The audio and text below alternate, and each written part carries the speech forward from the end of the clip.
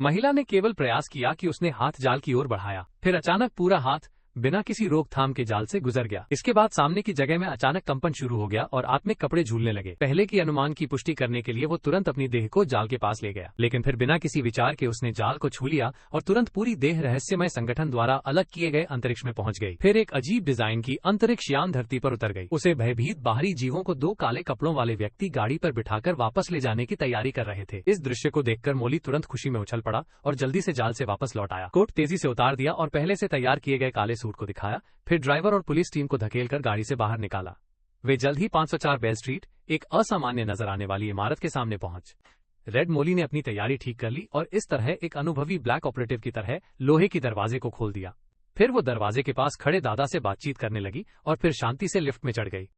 अपने उत्कृष्ट प्रदर्शन के बारे में खुशी खुशी लिखती रही। दरवाजे के पास खड़े दादा ने तुरंत इन्वेस्टिगेटर की गड़बड़ी देख ली और तुरंत अलार्म सिस्टम निकालकर काले अलार्म को चालू कर दिया।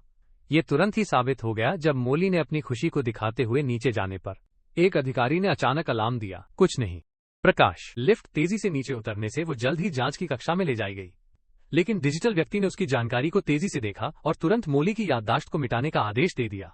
लेकिन जब उसने इस परिचित उपकरण को देखा तो मोली ने तुरंत आंखें बंद कर लीं और कहा कि वो ब्लैक ऑपरेटिव्स की तकनीकों को देख चुकी है। वास्तव में उसे 5 साल की उम्र में घर में एक मोटी और सौहार्द बाहरी जीव का आगमन हुआ था जो बहुत दुखी और बेचैन लगता था।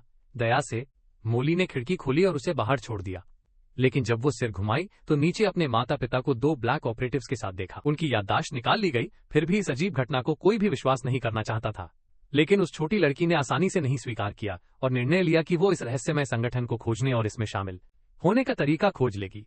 20 साल की लगातार प्रयासों के बाद वो अंततः अपना लक्ष्य प्राप्त कर लेती है और ब्लैक ऑपरेटिव्स में शामिल हो जाती है, इसलिए वो इस अवसर को छोड़ने का निर्णय नहीं कर सकती है। परीक्षण।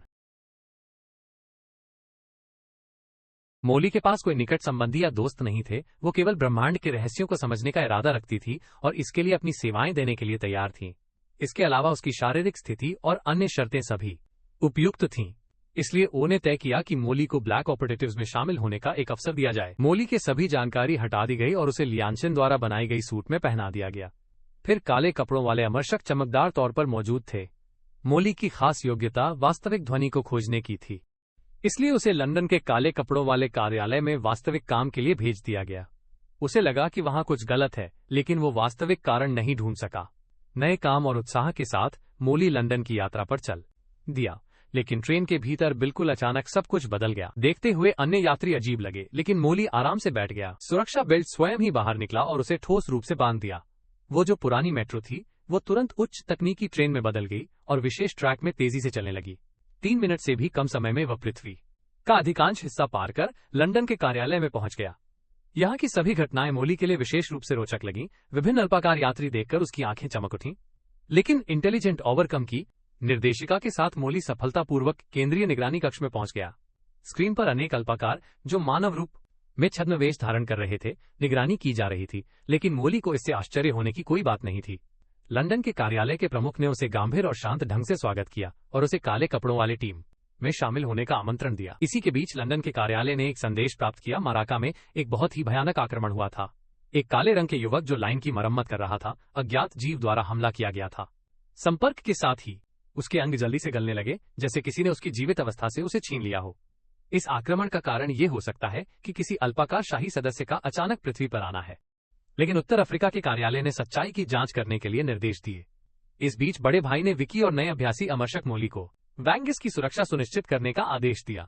जल्द ही दोनों गुप्त गाड़ी में छिपकर भूमि के नीचे अल्पाकार के विशाल निवास स्थान पर पहुंच गए। शहर के पास आकर देखा गया कि छाया द्विगुणक धर्मराज के सदस्य वैंगस को हत्या करने के लिए पृथ्वी पर आए हैं, लेकिन जब उन्होंने इस अनुरोध को अस्वीकार करने के लिए बिना किसी संकोच के बोला तो उन्हें अस्वीकार करने का फैसला कर लिया।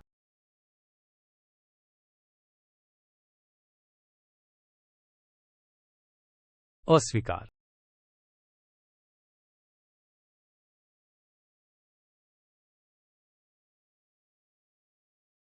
सबसे शक्तिशाली हथियार चैंप गाय को सौंपा गया, लेकिन संपर्क के साथ ही उन्हें यह महसूस हुआ कि वो किसी कारण से विश्वसनीय नहीं है।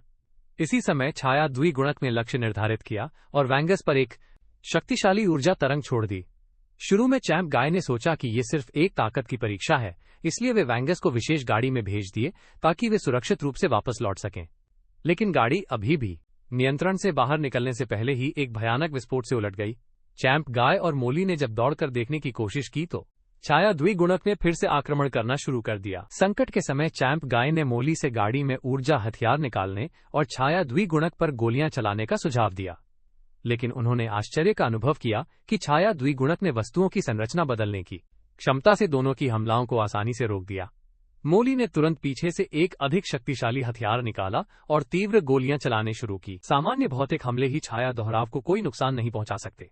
इस स्थिति में ब्राम जीप के एक्सहाउस से एक बड़ा हथियार निकालकर उसे फिर से एक स्ट्राइकर गन में बदल दिया और इससे छाया दोहराव के आगे बढ़ने की गति को थोड़ी धीमी कर दिया। इस तरह चलने से यह स्पष्ट था कि यह तरीका लंबे समय तक काम नहीं करेगा। इसलिए ब्राम ने मोली को वैंगस को बचाने के लिए भेज दिया और स्वयं अपनी ताकत की सीमा तक लड़ी, लेकिन घावों की वजह से वैंगस की स्थिति बहुत खराब थी। उसने मोली को एक गंभीर सच्चाई बताई और उसे बताया कि काले कपड़ों वालों के भीतर गुमराह लोग हैं और केवल ये चीज ही मोली की सुरक्षा को गारंटी दे सकती है। वैंगस ने छाया दोहराव को उत्तर पश्चिम में भेज दिया। छाया दोहराव ने तुरंत मोली की ओर बढ़ना शुरू किया और उसे जिंगिस चुराने की कोशिश की, लेकिन ब्राम ने एक इलेक्ट्रोमैग्नेटिक रॉकेट का उपयोग करके उसे दूर फेंक दिया। जब बड़ी संख्या में सहायता पहुंची तो दोनों ने समझा कि यहाँ लंबा समय नहीं बिताया जा सकता है और वे एक दूसरे के साथ शांतिपूर्वक गायब हो गए। हालांकि तुरंत खतरा दूर हो गया, लेकिन यदि वे जल्दी से खतरनाक आदमी नहीं ढूंढ लेते तो उन्हें राजकुमारी को वापस देने में कठिनाई हो सकती थी। इसलिए ब्राम ने निगरानी की वीडियो देखना शुरू किया और यह पता लगाया कि छाया दोहराव वायरस द्वारा नियंत्रित एक तारकीय प्रणाली से आया है। इस ब्रह्मांड के सबसे निष्ठुर वायरस नहीं केवल दुश्मनों को समान बना सकता है बल्कि उनके साथ काम कर सकता है। सहयोग के साथ ही उन्होंने इस हमले को पीछे हटाया। लेकिन विचित्र बात यह थी कि राजकुमारी को मारने की कोशिश करना वायरस के लिए इतना बड़ा काम नहीं था जब तक कि वे किसी अज्ञात उद्देश्य के पीछे नहीं थे। इस बात को सुनकर मोली ने अपने जेब से जिंगिस को निकाला और उसकी गंभीरता से चेहरा बदल दिया। वैंगस ने कहा था कि काले कपड़ों वालों के भीतर गुमराह लोग हैं, इसलिए उन्हें बचाने से पहले वो किसी को भी आसानी से विश्वास नहीं कर सकती थी।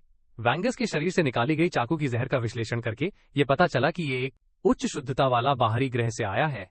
इसका अधिक सेवन तुरंत मौत का कारण बन सकता है, लेकिन यदि इसे सही तरीके से तैयार किया जाए तो ये मोली को बाजार में 3 दिन नंगी नाचने की जगह दे सकता है। इस जहर की तैयारी केवल एक स्थान पर होती है, वही उत्तरी अफ्रीका का मालापास है।